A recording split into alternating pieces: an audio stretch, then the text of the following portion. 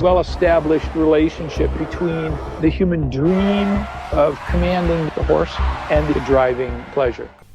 So welcome to Challenge the Road. Xiaomi are taking over, and I think it's going to be game over for a lot of EV suppliers at the moment. We've seen Apple give up, Sony still haven't launched their car, but the key was 500 miles range, fast charging, fast car, 120,000 of sales in 36 hours. That is crazy. Now, since the beginning, if you've been following the channel, I've done hybrid, mild hybrid, full EV, and from the start I said it's got to have 500 miles and fast charging, and it looks like in China that is happening now. We thought this was years away, but it's not. It's going to be there. I'm happy about it. I like tech, but do you know who Xiaomi are? Let's go through that. So you're probably thinking, who are Xiaomi? Well, they're a mobile phone provider. Leijun is the owner there, private equity as well, investment in this company. Now, in 2010, they went into the smartphone market. Just ideas. 1 year later, they produced a smartphone and went to market. That is crazy, but that is how fast I said this could move. Being in tech myself, been in mobile phones 31 years, can't believe that. I'm only 32, but 31 years in mobile, and I love this, and I love how fast it's happening. Then, you're not going to believe how fast he produced the car. So I've got some numbers here. So we said 2010 he started, 2011 he produced a smartphone. 3 years later, he dominated China in the smartphone market, dominated. So you got the likes of Samsung, but Xiaomi were right up there and have got 264 patents of different things to do with smartphones and tech, which puts them in prime position. And that's why I'm thinking, this is happening so fast. I thought we was going to have to wait for solid state batteries. And, you know, a few people have commented and said, Richard, we're miles away. This car comes out April. It's already launched. It's there. People are driving it. So it's going to be like a crazy time. 2021, Xiaomi became the third largest phone maker in the world and are still the third largest phone maker in the world. Which makes me think, what happened to Apple and their Titan project? What happened? It's gone. Sony, nothing yet. Tesla are obviously there, but their shares are going down. And this is going to have a big effect because if you're in China, you're buying this car, and we'll go through why, because it actually looks like it drives really well as well. Some of their patents as well in phones are edge-to-edge display. So you can imagine the displays in the car are going to be top notch, no compromise. What else are they experts in? Fast charging. Fast. Last night I cut the light off in my bedroom, hit the switch, was in the bed before the room was dark. Incredible. Fast. We don't have to get cake anymore, no. But fast charging is the key. So then we have price. And this is what just threw me off everything. And I've been putting this video together for a while, actually, a few weeks. And I thought, well, how can it be £24,000 faster than a Taycan, 500 miles range, and we'll go through the specs, but 500 miles range, it can do apparently 300 miles of charge in 15 minutes. 15 minutes. Obviously, we've got to have the infrastructure in China. They probably have. It's 800 volt technology. This is just crazy. It's crazy. It's happening now. And I worry for EV values because this is like a phone. And then I thought, iPhones. I feel a little bit ripped off at the moment, if I'm honest. I feel like it's a lot of money. And I thought, how many iPhones, the top of the range iPhone, so there's an iPhone 15 Pro Max, 1 terabyte, how many of them would it be to buy one of these Xiaomi cars? So the Xiaomi car is £24,000, and the phone is about £1,700 now. £1,700. 15 iPhones or an EV. 15 iPhones. This is crazy. And if they come to the UK, which it looks like they're probably going to, and I've seen a lot of EV startups. I remember I went on holiday in America and I saw some different startups there, and I thought all along, I've said it's steering wheel, iPad, battery. That's it. That's an electric car, because anyone can do interiors really. And when you see the interior on this Xiaomi car, it looks fantastic. It looks awesome. There's some downsides. I'll go through them now. Self-driving, they are behind Tesla. Doesn't worry me. I don't need to self-drive, but they have got self-driving capability, and they will have it in about 10 up to then 100 cities in China. So it's coming anyway. But for me, that wouldn't make any difference. I don't massively need, someone driving for me.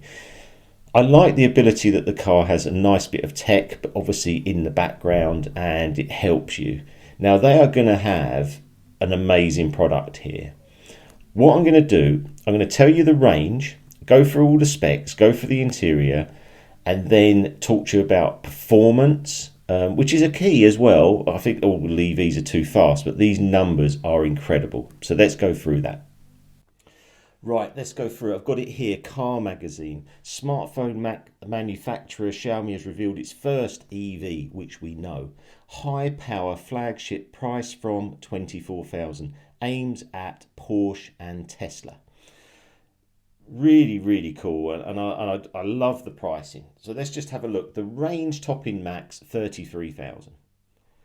They're going to launch an SUV. I know this is a saloon at the moment, but they're going to launch an SUV. This will spearhead an 8.9 billion push into electric cars for the smartphone maker and their big plans ahead. And this isn't a startup. This is a well-funded professional company. I have no doubt they're going to bring some great cars in. And if it was here, I'd buy one. Just saying that out now. So let's have a look. So they've got 12% market share in smartphone. Let's have a look in detail. New flagship will be looking to fight the Porsche Taycan and Tesla. Well, it obviously will. Let's just go through a bit more. Okay, battery and specs. That's what we wanted to go through. The SU7 will be available in single or dual motor variants. Now, I had the dual motor in the Taycan, and what happens is when you get to a certain speed, it almost changes gear. But what it's also able to do is drop back one of the motors to give you more efficiency. So what I found was, in the Taycan, when I went on a motorway, I had good efficiency still. In the Q4, single motor, poor. Makes a big difference. So dual motor is key.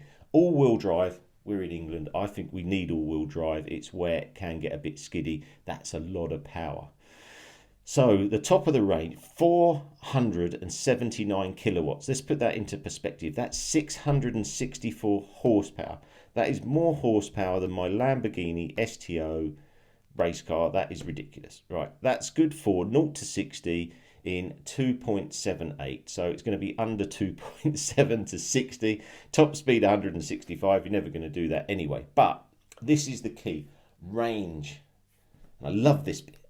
Range will vary between 434 and 515 miles depending on spec, thanks to battery sizes ranging from 74 kilowatt to 101 kilowatt in the max version. Now this has got me thinking, this is the same size battery as my Taycan, so am I being ripped off?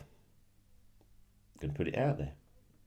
Because why are they running the 74 kilowatt battery, 434 miles of range? My Taycan 93 kilowatt, 300. So we're paying potentially for a Taycan 160,000, and we're getting a 300 mile range that we don't get anyway, because we get about 260 because we know we had the car. It's all real. So SU7, 74 kilowatt battery, 434 mile range. That is your basic model, £24,000. Good range, very happy. We got the Pro, so it's becoming like a phone really. 94 kilowatt, exactly the same as the Taycan. 515 mile range. 0 to 60, 5.7. The 0 to 60 on these makes no difference because you've got instant power, so it doesn't really, once you've done it a few times, you'll go fine, but that is adequate. Then they've got the Max. 101 kilowatt battery, 497 miles, 0 to 60, 2.8. Or 62, 2.8. It's a joke. You don't need to go any faster than that. Right, Xiaomi's e-wheel manufactured in its state-owned BAIC group factory in Beijing with a claimed capacity of 200,000 units a year. They've sold 120,000 in 36 hours. I've heard there's now like a 6-month wait. It's going to go longer than that. This is crazy. I don't know what Tesla numbers were back in the day. Now, we've got to get some sort of conclusion on this because, well, I just get too excited about this because I think this is what I would have this. So we went through the charging specs, the interior. I think the interior looks amazing. I think it looks really good. I say the autonomous driving will come on. Charging, we're still restricted because at the moment at home you can only go to 22. That's off 3-phase. Most of us are single phase, so it's 7 kilowatt. I use a 2.8 kilowatt for the hybrid. An external charger, maybe we get 150 kilowatt, but it's just, you know, the ability to fast charge. I think I'll put it up on the screen, but I think like in 5 minutes it can charge like 200 kilometers, something around there. 5 minutes. So yeah, I'm happy because I love tech, I love mobile phones, and I love these guys getting involved.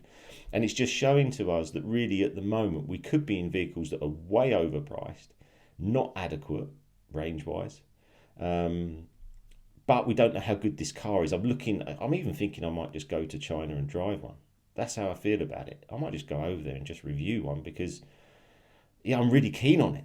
And looking at some of the driving videos, I'm like, wow, this is some car, sideways. You know, I know you can't do that on the public road. Maybe I take it to a track. Maybe it's more enjoyable. I mean, some of them are, at the moment, the Q4s, the e-trons, they're all fine, but they're just so boring. I love the back seats with all the screens, and the seats look fantastic. And I've said all along, the cars I'm developing myself, it doesn't cost as much as you think to do that. Because the seat's the seat. Once you've got the best seat, you just copy it, put in the seat in. Tech, fine. I mean, at the moment, I'm still in the Focus, the Mark 1 Focus, which has no tech. I haven't got a radio. I'm just driving it and it's driving. But the newer cars now, you're not driving all the time because there's so much information, so many screens. Jeez. I looked at a new BMW and the screens are huge now. This seems quite nicely set up. It's got head-up display. It's got quite a lot of items, but we don't need any more tech. We need to be able to have the tech distant so we can actually drive and look at what's going on in front of us. So, yeah, I'm really excited about this. I'm going to keep you updated because I just hope it comes to the UK. I think that obviously, you know, these mobile phone makers are getting in the market. I'm surprised Apple... Just to give you an example, so Xiaomi spent the same as Apple spent and they've delivered a car. Apple spent the same and, you know, collapsed the project, gone, finished. So that's how good this company is. And I think it's going to massively shake up the market and it's good for us.